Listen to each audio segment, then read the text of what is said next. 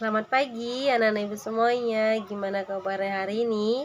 Mudah-mudahan kita semua masih dalam keadaan sehat ya. Dan kesempatan video ini ibu akan menjelaskan untuk pelajaran kita, yaitu administrasi perpajakan, sambungan dari judul besarnya kemarin, yaitu pajak penghasilan orang pribadi. Nah, seperti biasa di akhir video ada 3 pertanyaan yang anak-anak ibu semua wajib kemudian kirim ke WA pribadi ibu ya. Nah, kita sekarang masuk yang keempat, yaitu objek pajak penghasilan. Nah, kalau kemarin di video yang kemarin itu subjek pajak penghasilan, subjek itu siapa? Yaitu orangnya atau kita yang sebagai wajib pajak. Nah, kalau dia objeknya apa? Yaitu bendanya. Yang dimaksud objek pajak adalah penghasilan, yaitu setiap tambahan kemampuan ekonomis yang diterima atau diperoleh wajib pajak, baik yang berasal dari Indonesia maupun dari luar Indonesia, yang dapat dipakai untuk konsumsi atau untuk menambah kekayaan wajib pajak yang bersangkutan dengan nama dan dalam bentuk apapun. Berdasarkan ketentuan pasal 4 ayat 1 Undang-Undang Nomor 36 Tahun 2008 yang termasuk di dalam pengertian objek pajak penghasilan itu ada lebih kurang 15 ya, tapi yang ibu singkat aja. Ada di yang pertama namanya penggantian. Yang dimaksud di sini termasuk dianya gaji, upah, tunjangan, honorarium, komisi, bonus, gratifikasi, uang pensiun, premi asuransi jiwa, dan lain-lain. Itu yang dimaksud dengan penggantian. Yang kedua, objek pajaknya yaitu hadiah dari undian atau pekerjaan. Yang ketiga, laba usaha.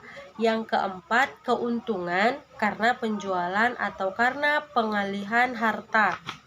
Kemudian, penerimaan kembali pembayaran pajak yang telah dibebankan sebagai biaya. Bunga, kemudian dividen, royalti, sewa, penerimaan, dan lain-lain. Itu dia yang termasuk dalam objek pajak. Nah, kita masuk sekarang yang bukan objek pajak penghasilan. Apa aja itu? Ini juga banyak, ibu sebutkan sedikit aja, yaitu dianya yang pertama ada bantuan atau sumbangan, itu bukan objek pajaknya. Kemudian harta hibahan yang diterima oleh keluarga saudara. Kemudian warisan, kemudian penggantian atau imbalan yang dianya diperoleh dalam bentuk natura atau kenikmatan dari wajib pajak atau pemerintah. Natura ini contohnya apa, Bu? Yaitu seperti beras, sembako. Nah, itu bukan termasuk objeknya ya. Kemudian pembayaran dari perusahaan asuransi. Kemudian bagian laba, itu bukan objek pajak penghasilan. Nah, masuk kita sekarang ke penghitungan pajak penghasilan. Penghasilan kena pajak merupakan dasar perhitungan untuk menentukan besarnya pajak penghasilan yang terutang. Nah, penghasilan kena pajak bagi wajib pajak orang pribadi, di samping kompensasi kerugian, penghasilan netonya dikurangi terlebih dahulu dengan penghasilan tidak kena pajak. Dalam undang-undang pajak penghasilan Indonesia dikenal 2 golongan, yaitu wajib pajak dalam negeri dan wajib pajak luar negeri. Itu dia untuk penghitungan pajak penghasilan. Kemudian sekarang kita masuk ke dalam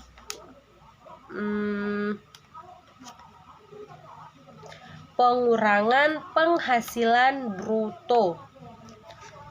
Penghasilan yang diperoleh wajib pajak sebelum dikalikan tarif pajak dikurangi lebih dulu penghasilan brutonya dengan pengurang yang dibolehkan, kompensasi kerugian, biaya jabatan, dan penghasilan tidak kena pajak. Itu dia untuk penghasilan bruto. Sebenarnya untuk lebih jelasnya mengenai pajak penghasilan orang pribadi ini ada perhitungannya supaya kita lebih gampang memahaminya. Nah, di video di suatu pertemuan kita nanti kita hitung untuk di sekolah bagaimana cara menghitung penghasilan pajak orang pribadi ya. Kemudian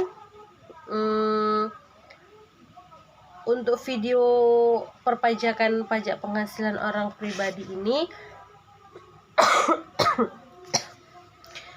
masih banyak lagi ya, tapi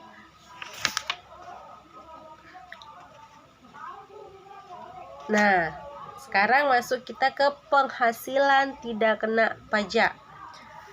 Peraturan tarif PTKP terbaru tahun 2016 adalah PMK nomornya ya, PMK 101 sekian berisi tentang sesuai besarnya penghasilan tidak kena pajak.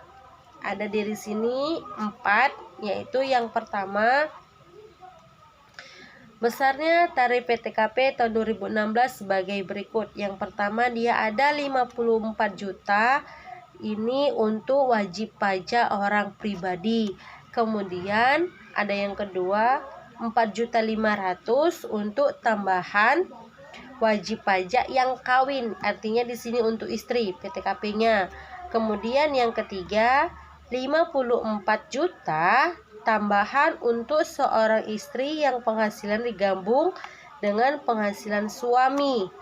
Kemudian yang keempat, ada dianya 4.500.000 untuk tambahan setiap anggota keluarga sedara dan keluarga semenda.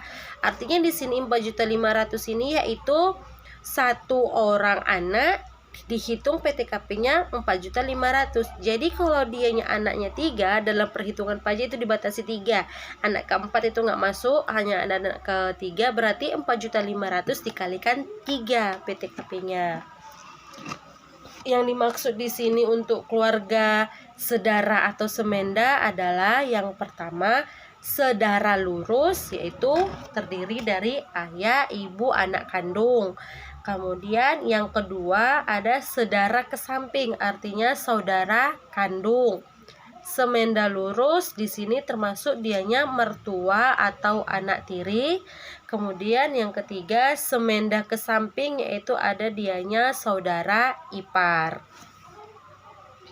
Nah, masuk kita sekarang ke biaya jabatan dan biaya pensiun. Besarnya biaya jabatan yang dikurangkan dari penghasilan bruto untuk penghitungan pemotongan pajak penghasilan bagi pegawai tetap ditetapkan sebesar 5% dari penghasilan bruto setinggi-tingginya 6 juta atau 500 per bulan. Besarnya biaya pensiun yang dapat dikurangkan dari penghasilan bruto untuk penghitungan pemotongan pajak penghasilan bagi pensiunan ditetapkan sebagai 5% dari penghasilan bruto setinggi-tingginya 2.400.000 setahun atau 200.000 per bulan. Kalau dia untuk biaya pensiun sama-sama dia 5%. Untuk biaya jabatan dia dikenakan sama dengan 5% pensiun, tetapi kalau dia biaya jabatan setinggi-tingginya 6 juta sebulan atau 6 juta setahun atau 500 sebulan. Nah, kemudian untuk dia penghasilan pensiun itu dianya sama 5% juga. Kemudian setinggi-tingginya 2.400.000 setahun atau 200.000 sebulan. Oke, pertanyaannya, coba anak-anak ibu yang dimaksud tuliskan yang dimaksud dengan keluarga sedara atau semenda. Itu yang pertama. Yang kedua, Apa yang dimaksud dengan pajak? Apa yang dimaksud dengan penghasilan kena pajak? Kemudian tuliskan yang bukan objek pajak penghasilan. Nah, sampai di sini dulu ya video Ibu. Pertanyaan Ibu dijawab. Jangan lupa videonya di komen, like, dan subscribe. Sampai jumpa di video selanjutnya dan selamat pagi.